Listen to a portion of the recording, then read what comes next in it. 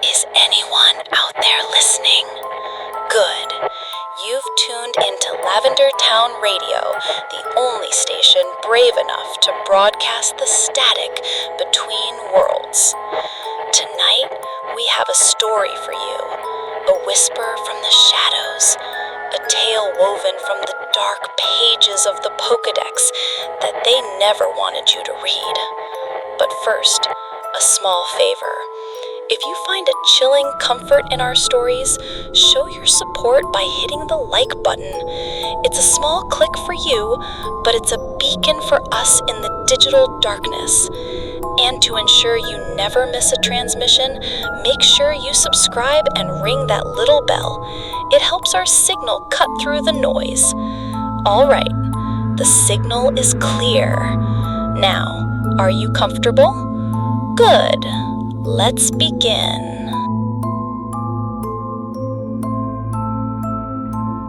The paintbrush. A small, insignificant object, but in my hand it felt as heavy as a death sentence. It was proof. It was the key. But it was also a bitter reminder of our failure. The Absol, in its agony, and while being hunted, had done what the entire police force and all of Clement's technology could not. It had delivered a piece of the truth straight from the killer's own hand. The mob eventually dispersed under police coercion, but they left with hateful mutters and venomous glares. They didn't see a champion trying to protect them. They saw a traitor siding with the beast. In their eyes, I had become part of the problem. My truth held no value against their fear.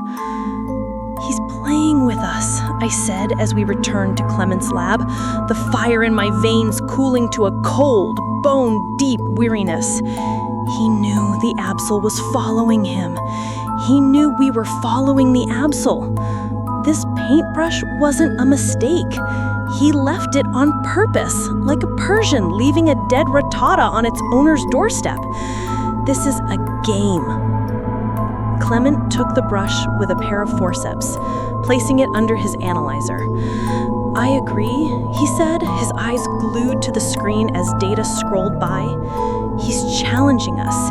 He's so pathologically confident that he thinks we can't catch him even when he gives us the pieces." "Then we have to prove him wrong," I replied, but the confidence in my own words felt hollow, a faint echo in the vast chamber of our helplessness. Clement's lab was a marvel of technology. Within an hour, he had analyzed the oil paint, a rare type imported from the Johto region, often used by art restorers, lifted a partial fingerprint from the handle, and even a single dark brown hair.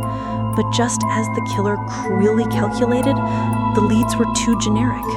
The print wasn't in the Kalos criminal database, neither was the hair, and hundreds of artists in Lumiose used that brand of paint. He was a ghost, existing only through his horrific and grotesque works. Every clue he left was just another dead end, designed to deepen our frustration.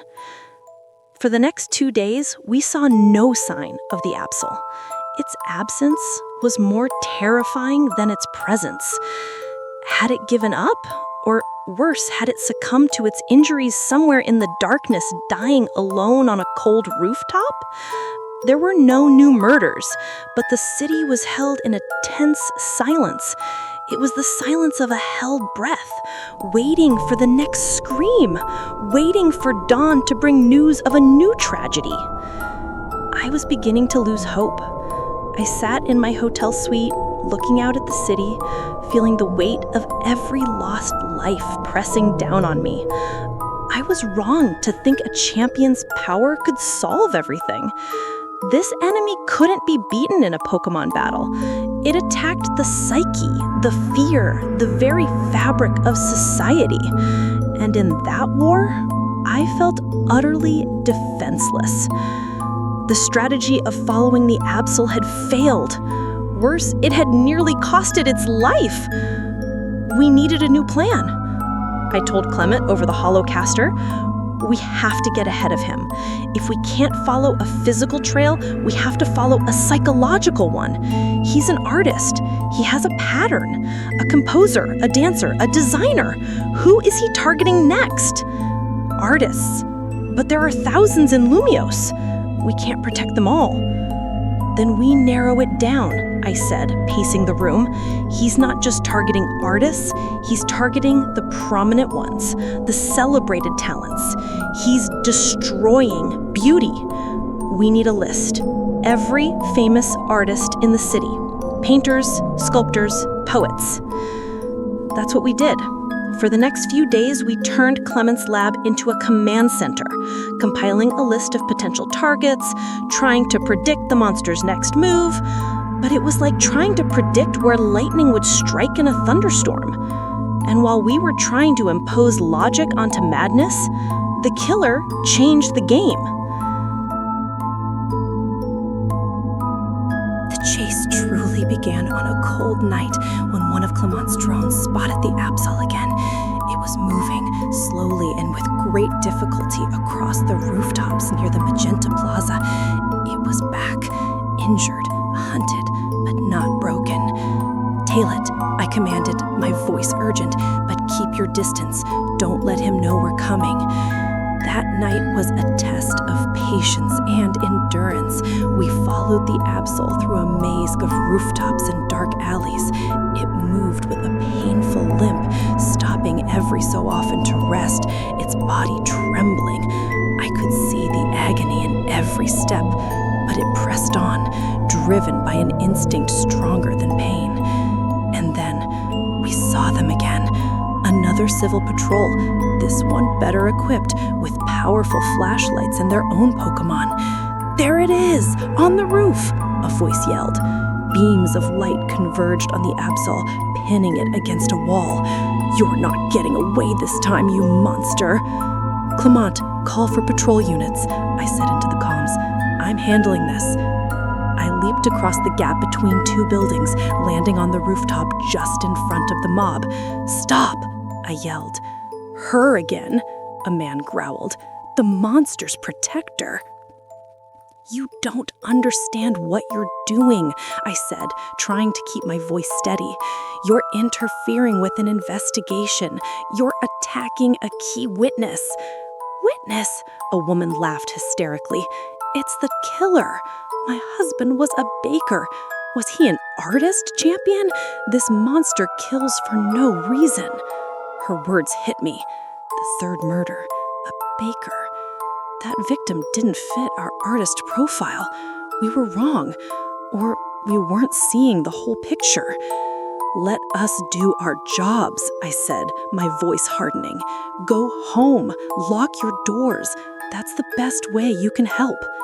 My presence and Gardevoirs were finally enough for them to hesitate.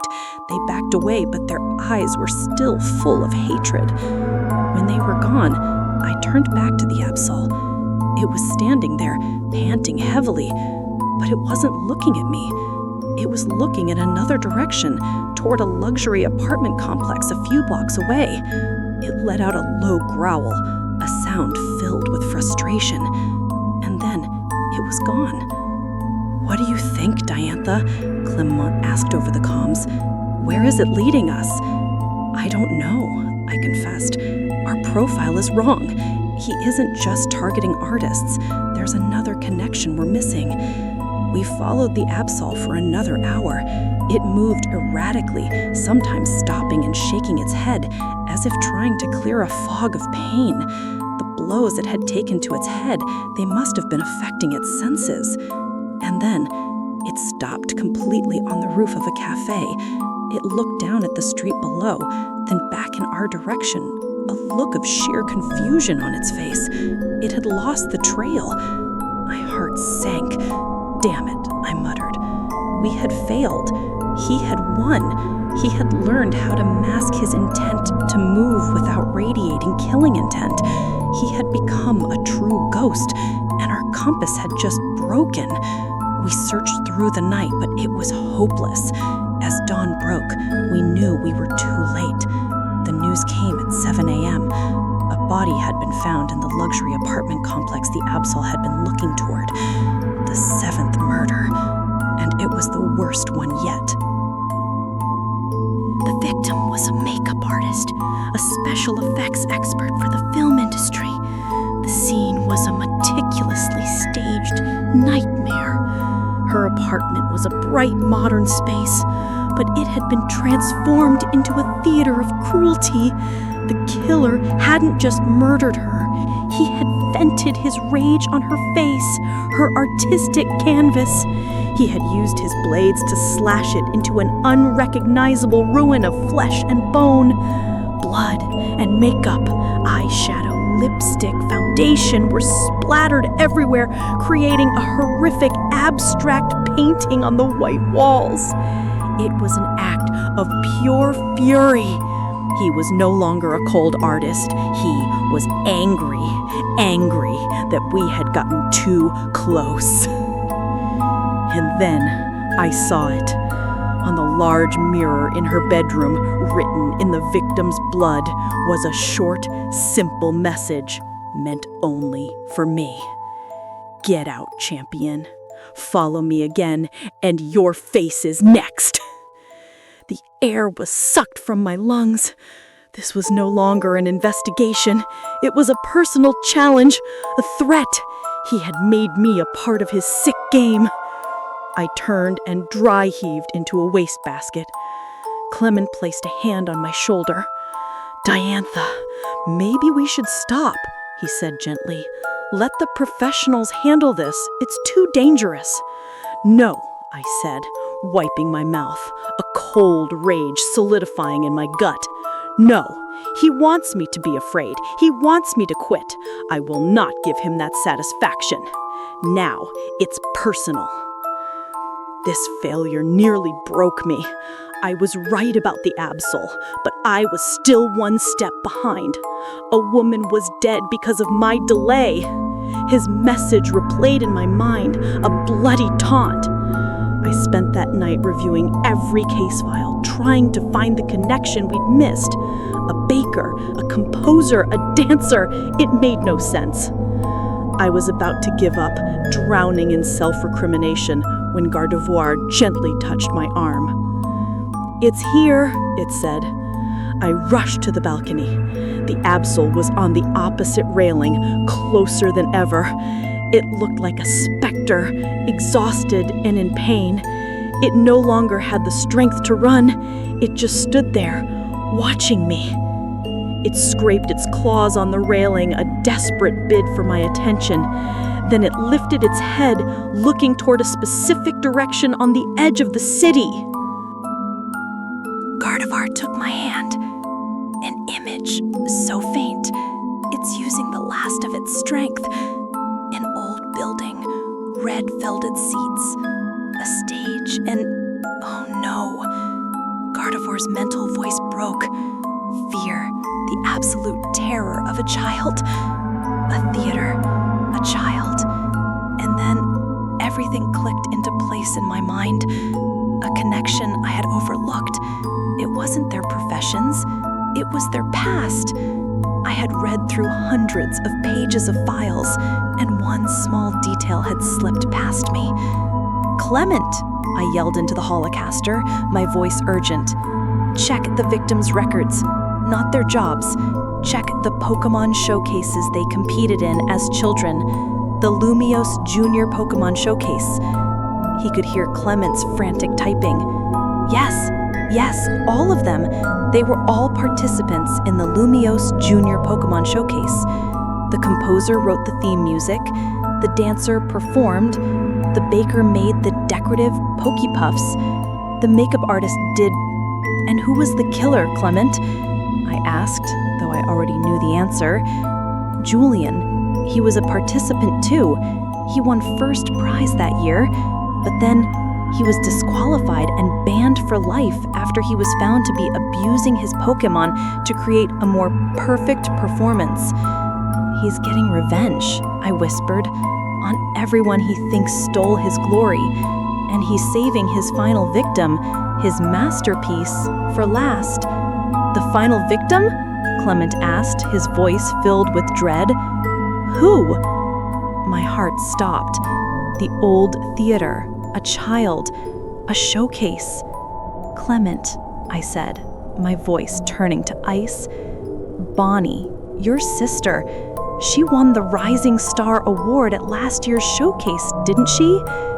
The silence on the other end of the line was the most terrifying answer of all. I can't reach her. She's not answering her phone. Clement's voice screamed, filled with panic.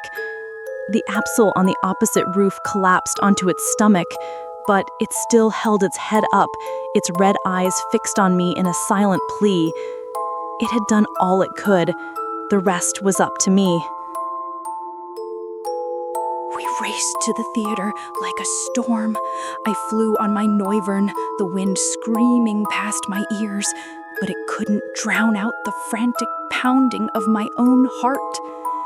The Grand Lumiose Theater was a colossal skeleton, a relic of a glorious bygone era.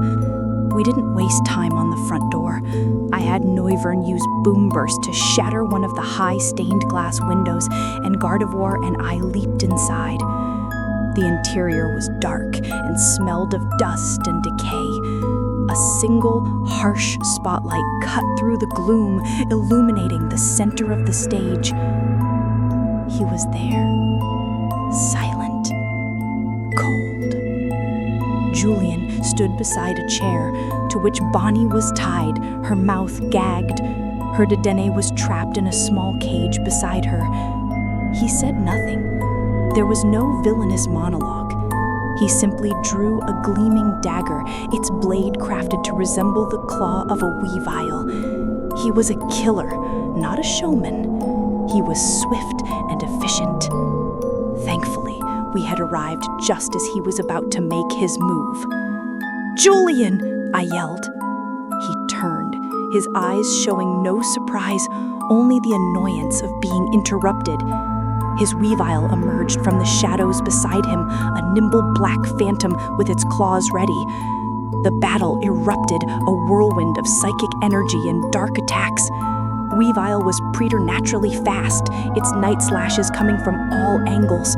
Gardevoir was hard-pressed to keep up, creating psychic barriers to protect us. Julian didn't just watch, he lunged at me, his dagger moving with deadly precision. He was a dancer of death. I was cornered, dealing with both of them. Weavile had just launched a night slash at Gardevoir, a blow too fast to block. And then a white blur shot down from the darkness of the balconies above. It was the Absol. It dove down, not in an attack, but in an act of sacrifice. It threw its own body in the path of the fatal night slash meant for Gardevoir. The dark scythe cut deep into its shoulder, a horrific wound.